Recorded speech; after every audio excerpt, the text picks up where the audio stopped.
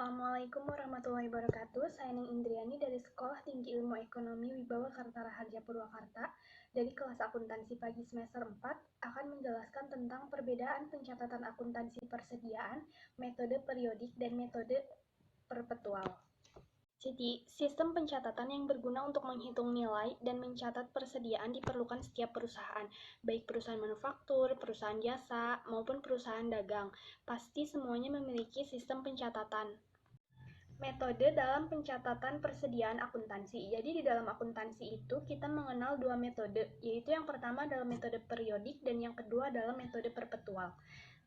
Sistem pencatatan metode perpetual disebut juga metode buku adalah sistem di mana setiap persediaan yang masuk dan keluar dicatat di pembukuan. Sedangkan metode periodik dilakukan dengan menghitung jumlah persediaan akhir di suatu periode untuk melakukan pembukuannya. Metode perpetual. Jika perusahaan memilih menggunakan metode perpetual, berarti perusahaan mencatat semua pembelian dan penjualan barang dagangan langsung dalam akun persediaan yang terjadi. Metode perpetual mencatat terus setiap perubahan dan dalam akun persediaan.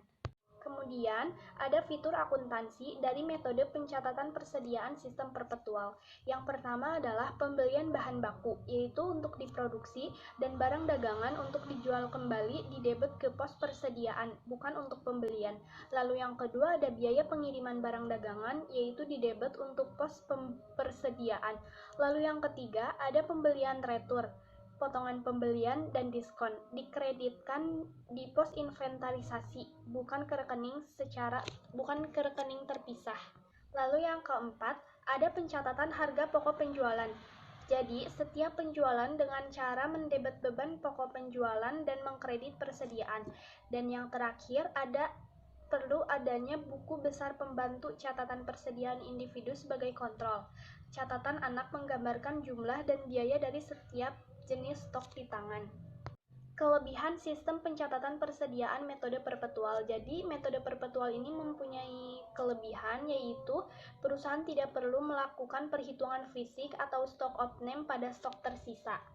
Alasan dari kelebihan ini adalah perusahaan dapat mengetahui stok sebenarnya yang ada di lapangan secara mudah karena adanya pencatatan yang dilakukan setiap waktu. Biasanya, barang-barang yang bernilai jual tinggi serta mudah dicatat keluar dan masuknya ke gudang, seperti mobil atau lemari es, itu yang menggunakan pencatatan perpetual.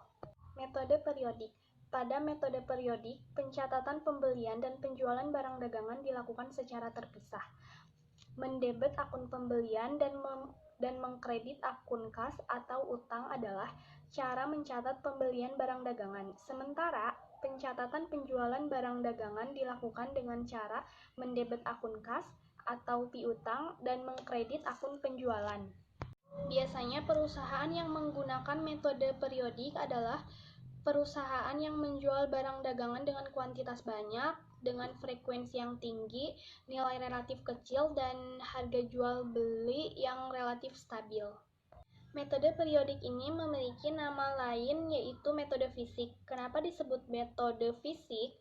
Karena mesti ada pengecekan fisik terhadap persediaan barang dagangan di akhir periode atau stock of name. Hasil perhitungan itu bermanfaat untuk memperbarui akun persediaan barang dagangan. Yang terakhir ada kelebihan dan kekurangan metode periodik. Kelebihan metode periodik ini adalah perusahaan mengetahui besar persediaan dalam gudang sehingga stok diketahui secara akurat, dan kelemahannya atau kekurangannya adalah sistem pencatatan persediaan metode periodik adalah tidak bisa mengetahui jumlah stok awal dan akhir periode dari suatu barang dagangan. Kelemahan lain metode ini adalah memperlambat pengerjaan laporan keuangan jangka pendek, misal 3-6 bulan. Dan kesimpulannya adalah kedua metode ini masing-masing memiliki kelebihan dan kekurangan. Sistem akuntansi yang akurat dan sistem pencatatan yang terkini adalah hal yang sangat penting bagi setiap perusahaan. Pencatatan juga bisa membatasi pembiayaan akibat penimbunan persediaan barang. Dengan pencatatan yang rapih, maka laba yang diinginkan pun bisa diraih. Sekian dari saya, mohon maaf apabila banyak kesalahan. Wassalamualaikum warahmatullahi wabarakatuh.